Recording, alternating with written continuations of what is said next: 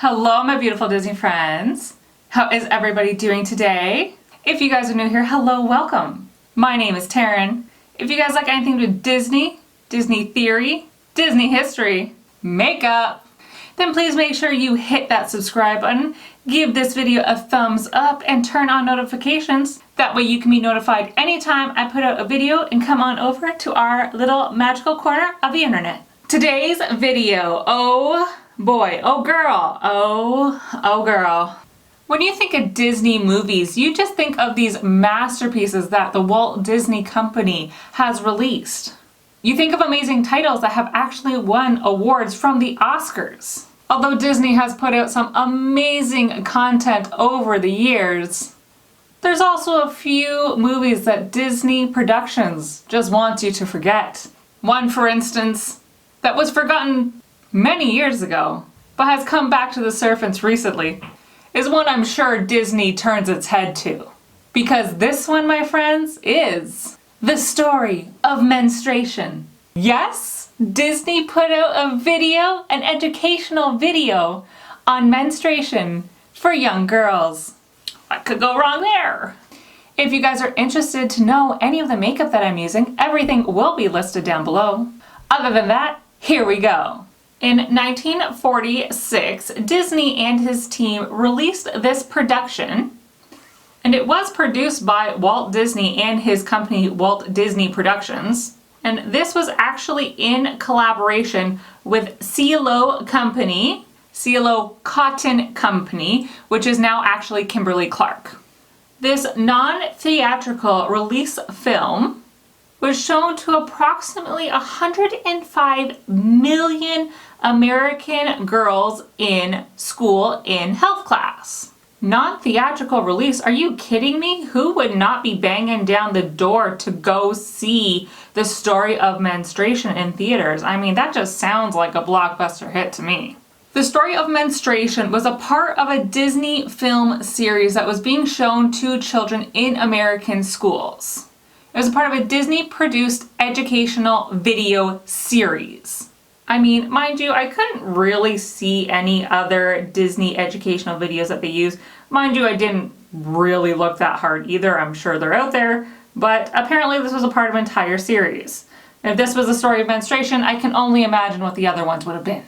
Now, to make sure that the video was scientifically correct, Disney brought in a gynecologist by the name of Mason Hans, who was hired on as a consultant to this video.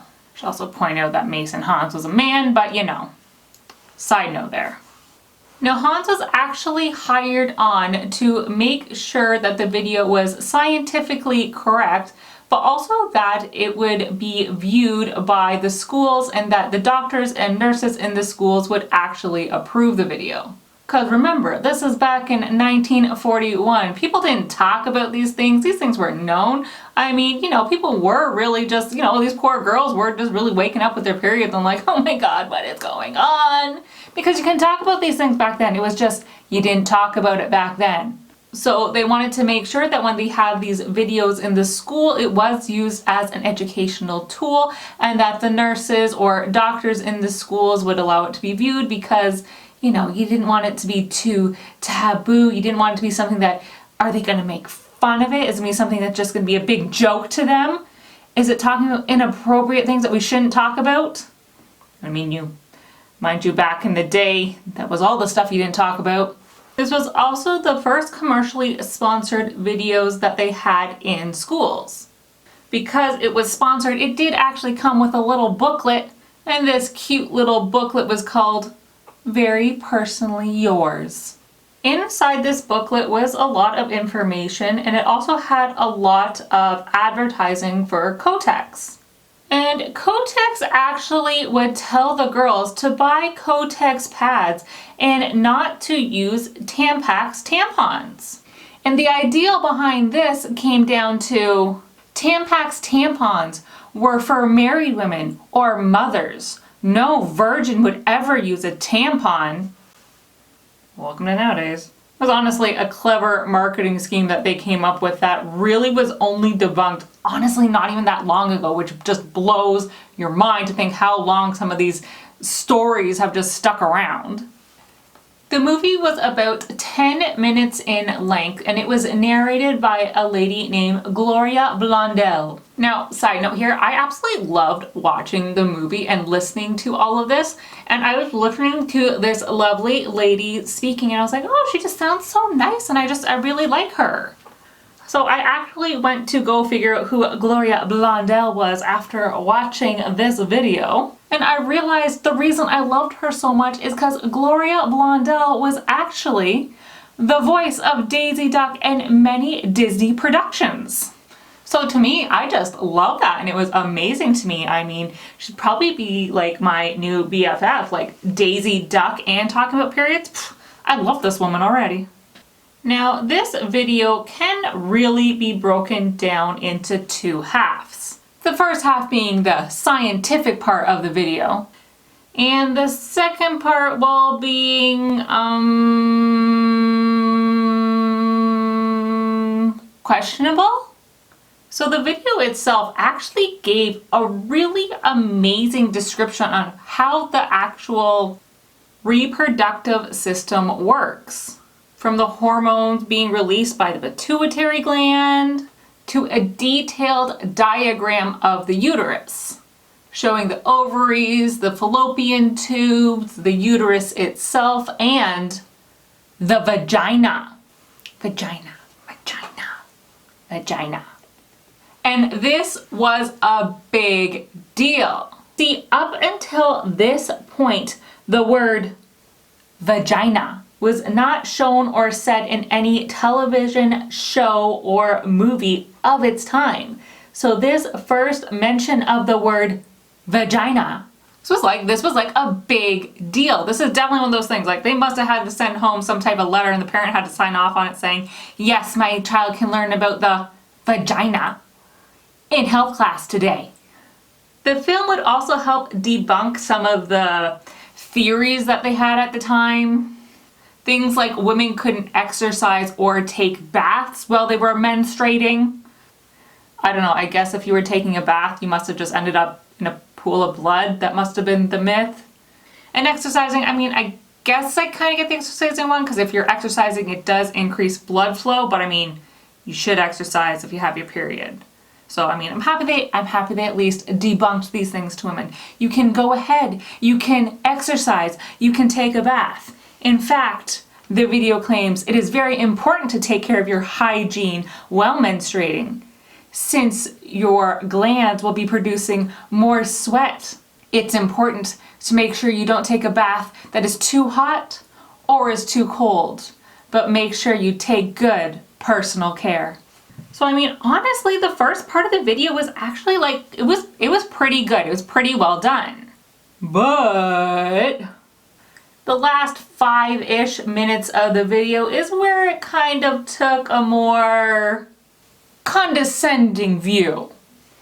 One difference that companies still actually do to this day is they were using white substance instead of blood. So as you are watching this and you're watching the ovary pass through the tubes and into the uterus and then attach itself to the uterine wall and then kind of just slowly go out through the vagina, you were seeing this white substance. And honestly, the first time I watched it, I thought like, oh, it must be like showing tissues. It must be showing the tissue part. And then I realized after, oh no, that's not tissue. That's supposed to be blood. It's supposed to be blood.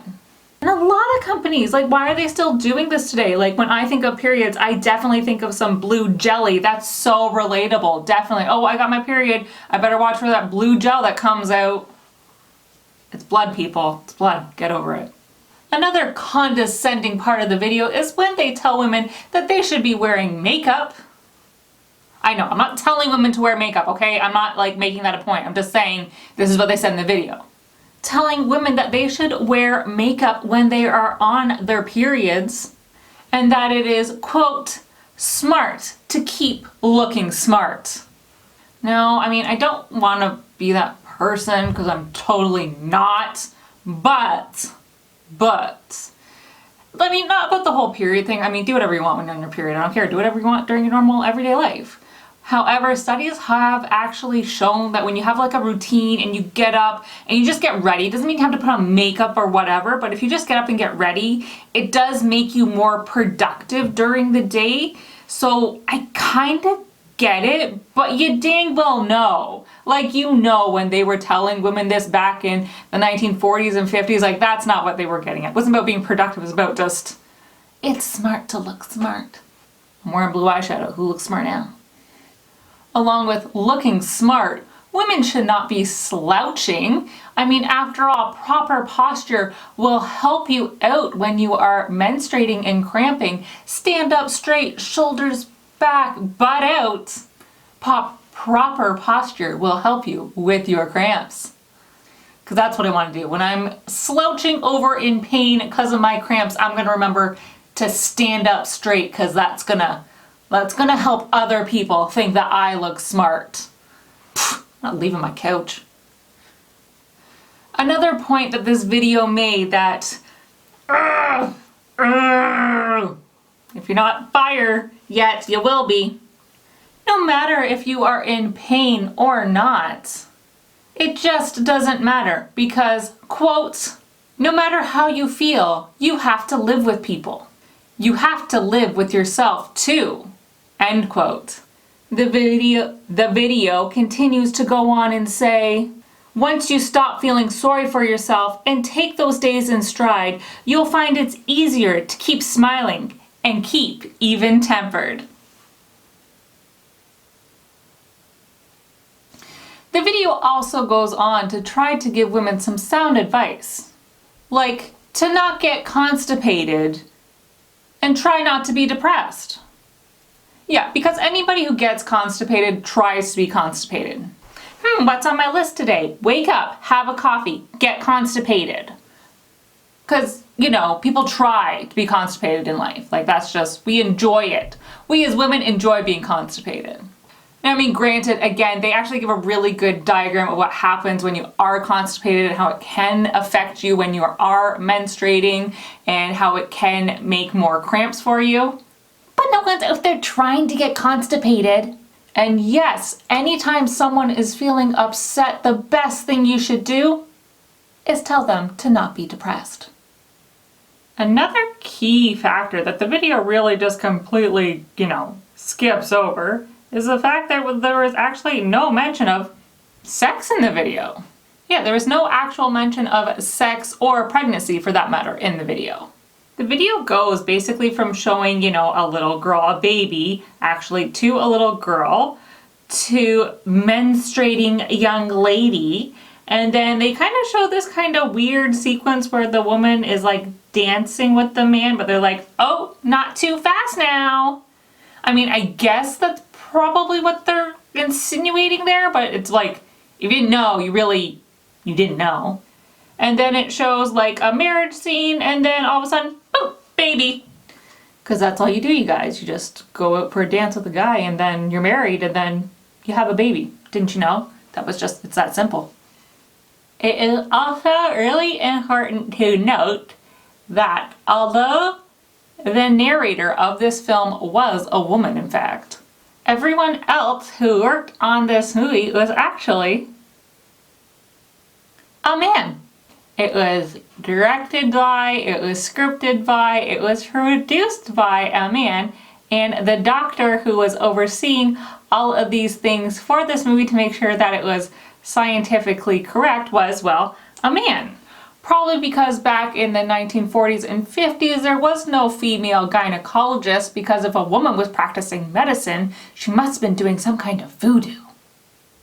Yes, okay, I'm being dramatic, but I mean, the sad part is not really by much. In 1951, they had actually stopped showing the videos in schools. They didn't really give an explanation as to why. I don't know if it was maybe because of the times. 1951 wasn't really a great year. So I'm not really sure if they had actually pulled it just because of the times or for whatever reason, but in 1951, they did actually stop showing this video. The movie was actually hid in the Disney vault for many years until it resurfaced back in the early 2000s. Then back in 2015, the United States Library of Congress selected this video in preservation in the National Films Registry, saying that it was culturally, historically, and aesthetically significant. Now, I will leave a link for the actual video down below, or I mean, you can just find it. It's really easy. It's just called, you know, The Story of Menstruation, or Disney's Story of Menstruation. And I honestly have mixed feelings about the movie.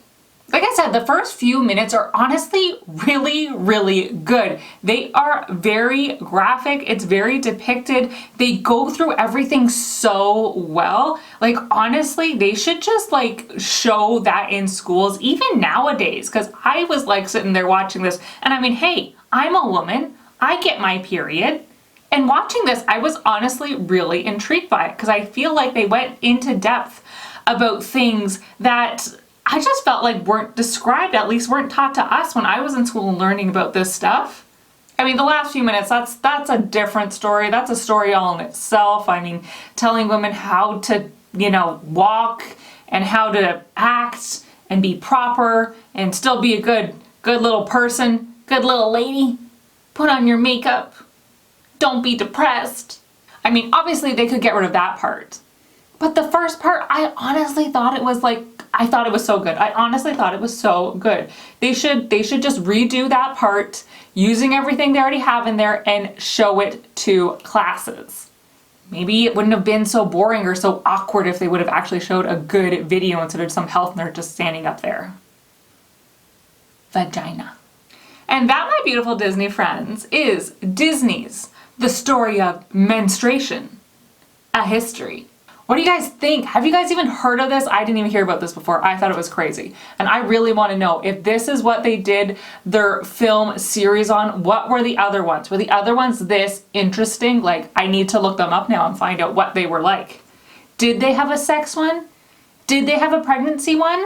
Did they have one that told boys what happens when their balls drop?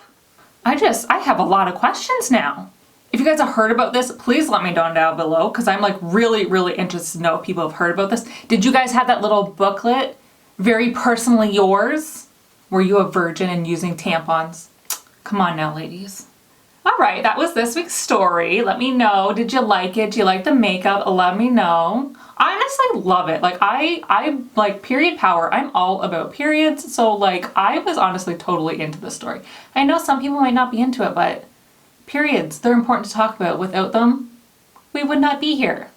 Up to a certain date. I mean, I know things are different now, but you know, for a while you needed those there. You needed them. Now you don't need them so much, but you needed them. Periods, they're normal. Normalizing periods. All right, friends, that does it for me today. No matter what you guys are doing, I hope you are having an absolutely magical day, and I will talk to you all real soon. Mwah! Bye.